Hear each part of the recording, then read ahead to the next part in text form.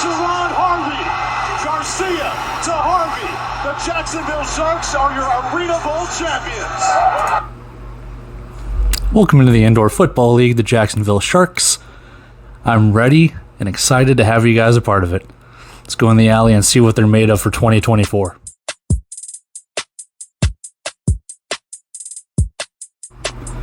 Hey everyone, welcome to In the Alley. My name is Cody. Glad you're along with another episode with me, where today we are previewing team number 7. The Jacksonville Sharks. Newcomers to the league, not newcomers to the indoor and arena football scene. Clearly, it's a little bit of an old war flashback for those Arizona Rattlers fans. But high expectations for this team. They have a huge culture of winning. They've had the wheels fell off of one season. We'll get to that here in a little bit, but I'm excited. It's nice to have a great fan base like this come into the league. It's nice to have just another huge market enter the Indoor Football League. It just shows how well that this league is growing. So I'll be honest, I didn't really watch a lot of their stuff in the National Arena League. I tried to catch up over this weekend on the 2023 season. So I'll probably get roasted over the coals for not watching all the games and maybe not knowing all the players and highlights and things along those lines. So, roast me all you want, but I'm going to try the best that I can. I don't necessarily know if I'll do it justice, but hey, I'm happy you guys are here. Happy you guys are here to watch this video. Let's move on to the history of the Jacksonville Sharks. So before the history tab pops up here for the Jacksonville Sharks, I do just want to say that I remember the very first Jacksonville Sharks game. I don't remember what I watched it on. I don't remember if the Arena Football League at the time was still using like Nifty TV, or if I had to use like a VLC player or something for it. But I still remember watching that game. They ended up kind of dominating Oklahoma City, because that's where it was. It was in Oklahoma City. And I remember at the time I was living in Tulsa. It was my junior year of high school. And I just kept remembering, like, man, Oklahoma City does not have a lot of fans in that arena. The end zones are empty. So it's pretty cool. I remember watching that game going like, man, Jacksonville looks like a force. And sure enough, they became one. So that being said, let's pull the history tab up here and talk a little bit about Jacksonville.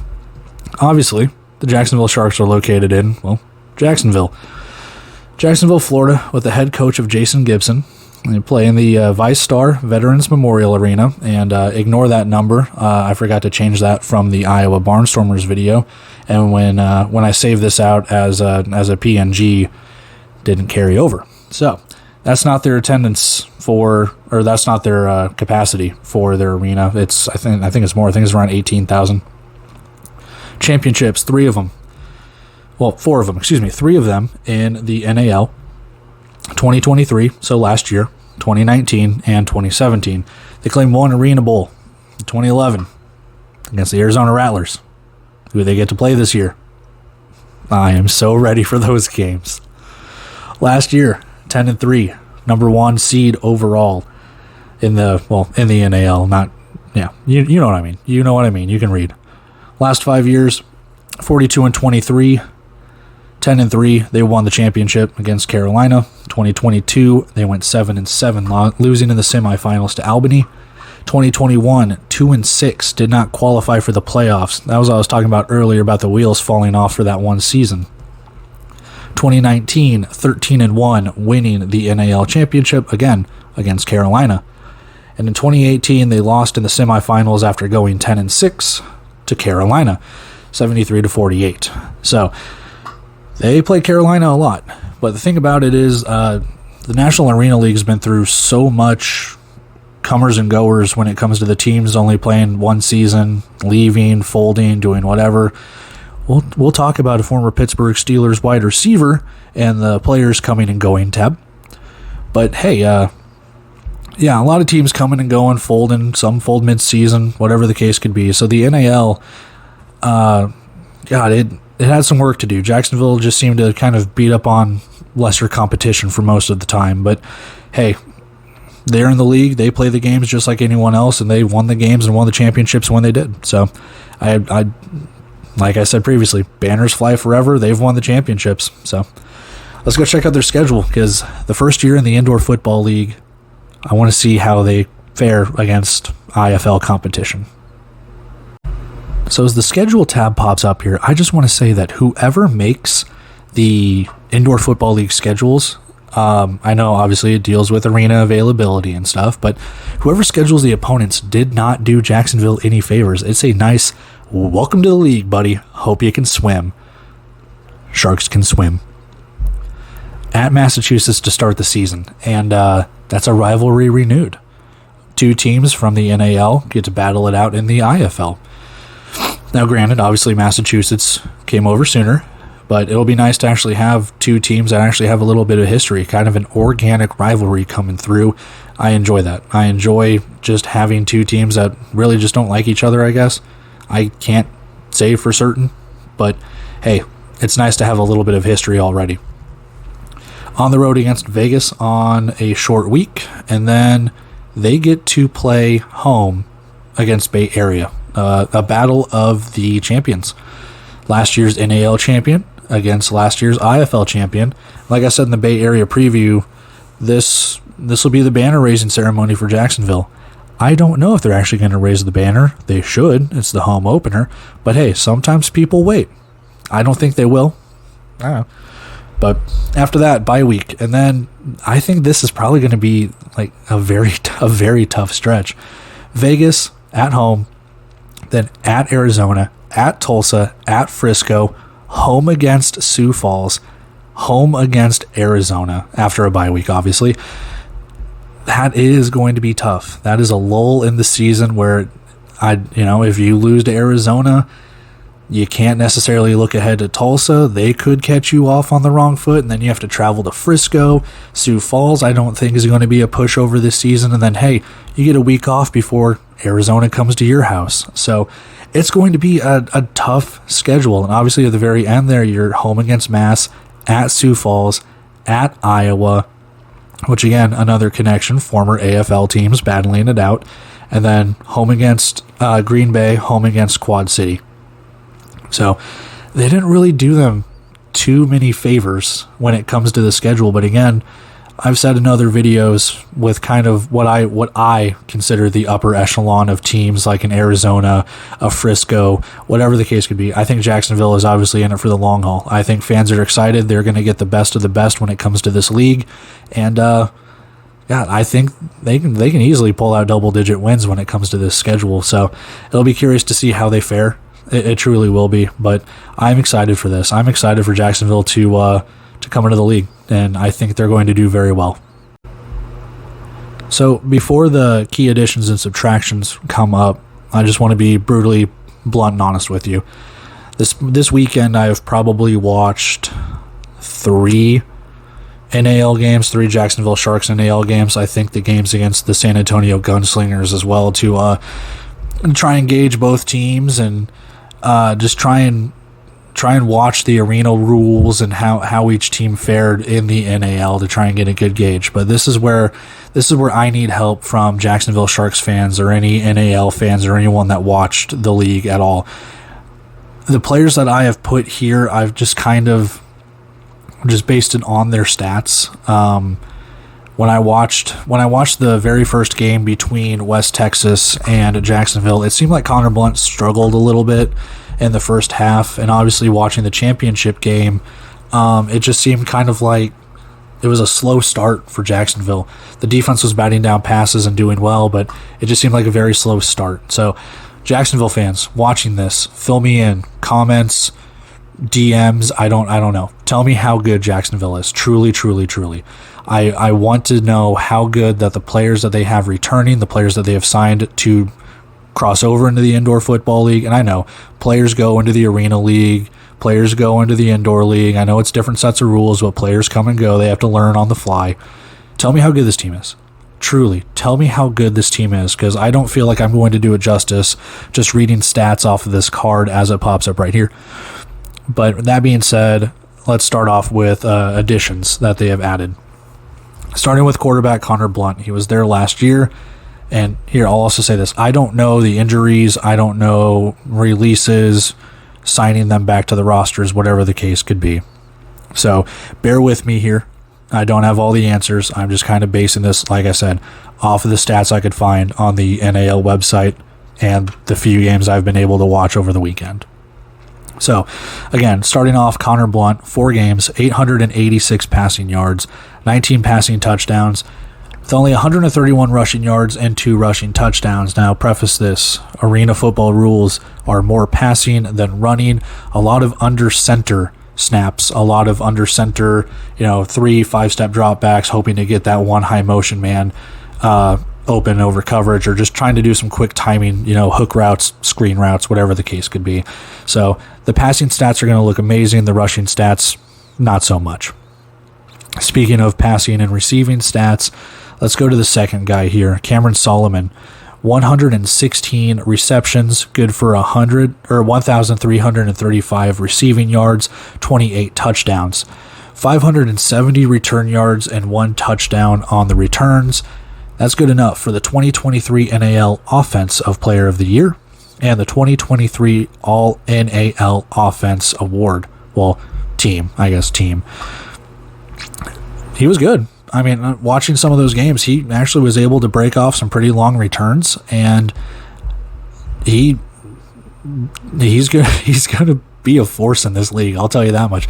Knowing what I know about some of the wide receivers in the indoor football league, this guy's going to fit right in. He's going to be one of those burners. He's going to be one of those guys that's going to get open deep. You're going to see some pretty long touchdowns by this guy. So, moving on to the defensive side, and hey, this is a former Nebraska Danger defensive back. Former Nebraska Danger defensive back. And, I'm really happy that we have another Nebraska Danger player, because I think the last one I can remember is Devontae Sapp Lynch, and I don't think he's signed yet. I don't think he's signed just yet, if he's even going to play this year at all. But hey, let's talk about Jabari Gorman. He just got re-signed, I think sometime last week or the week before. 86 tackles, 9 interceptions. It's hard to see, I know. I should probably change the color of my stats here. I wanted colors to differentiate. But hey, 16 pass breakups, 1 fumble recovery, and 1 touchdown.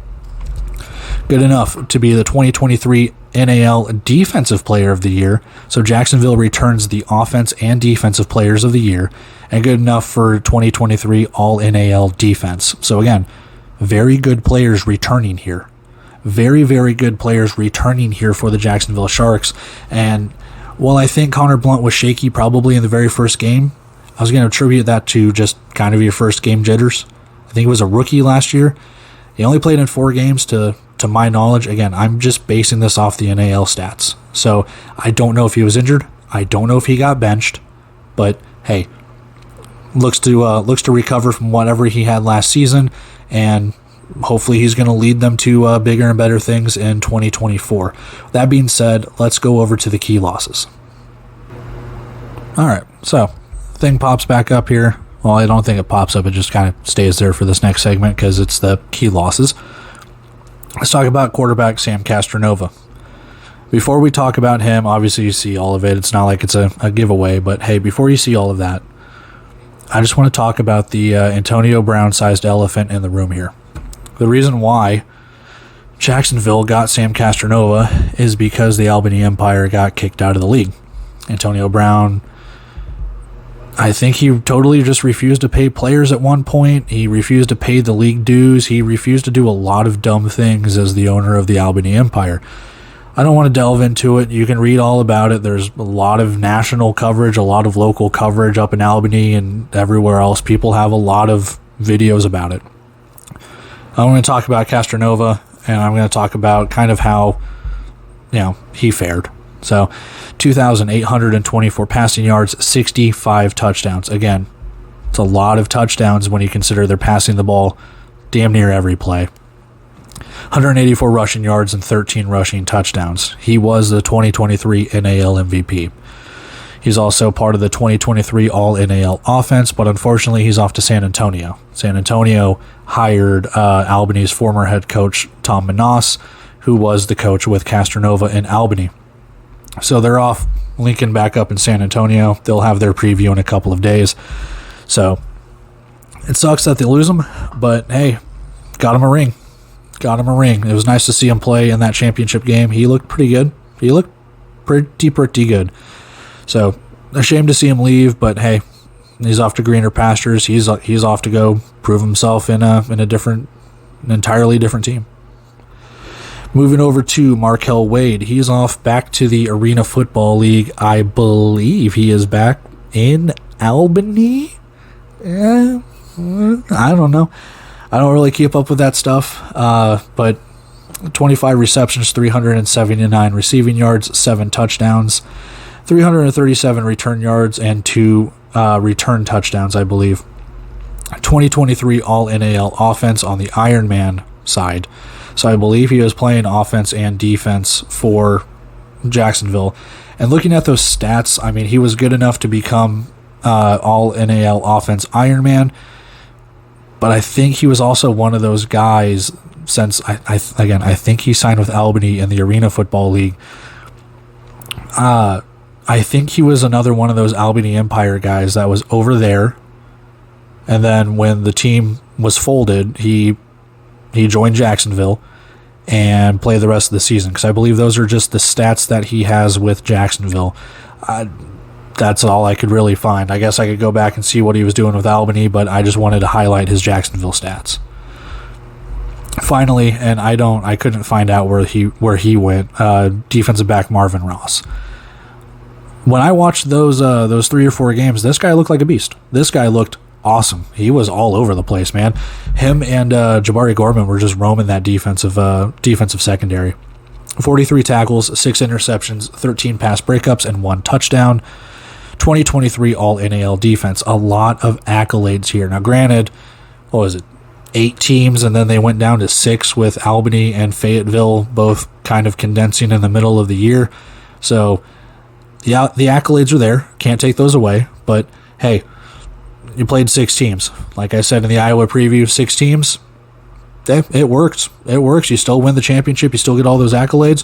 That's good. That's a good season. And, again, they all cap it off with the championship. So it's going to suck to see those 3 guys leave. I think Jacksonville has more than enough talent to replace those guys. The schedule is going to be tough. And I still like this team for the playoffs. I'll give my final thoughts on that here in 1 second. Let's wrap up here. Final thoughts on the Jacksonville Sharks. I'll be honest, this team has the talent to win it all. They do. It's happened before in this league twice. It's happened with the Arizona Rattlers. It's happened with the Massachusetts Pirates, also from the NAL. Well, Arizona obviously from the AFL, but Massachusetts from the NAL. I have no reason to believe that this team can't compete for the championship right off the bat. The schedule is brutal, but again, I say that because everything's on paper right now. We haven't played a single snap. So who knows what's going to happen? Who knows what injuries? Again, players cut, players whatever. We don't know. But just looking on paper right now, Jacksonville looks just as strong as Arizona, just as strong as a Frisco or Bay Area or something like that. So I think Jacksonville easily puts themselves up into that conversation of, hey, we have a chance to win the championship. We have a chance to shock the Indoor Football League again, and that's going to boost the league. That's going to boost their profile, saying, hey, what a great call we made bringing this team into the league. They had a chance to do it a few years ago, but hey, they're really going to make some noise right now. Worst case scenario, though, I don't see the wheels falling off the bus like that 2-6 season. I still think they make the playoffs. There is, in my opinion, a slim chance they just kind of slip a little bit and maybe knock down to the 4th seed if things don't go their way in some games. Like I said, home and home against Arizona. They play Frisco. They play Bay Area. They play Sioux Falls. They play those group of 5s in the East that, in my opinion, they could shock them. They could easily shock them. And then, of course, they play home and home against Massachusetts. So, it's a tough schedule for them, just like anyone else. You win the games. You win the games, make the championship, win the championship, you do all that. So I like this team. I like what they've brought in. They've brought in some other Indoor Football League players that played last year in the league, and hopefully that's going to help them out a little bit with the knowledge of the game and how the different quirks in the IFL differ from the quirks in the NAL or the AFL or whatever other league that makes any other league different.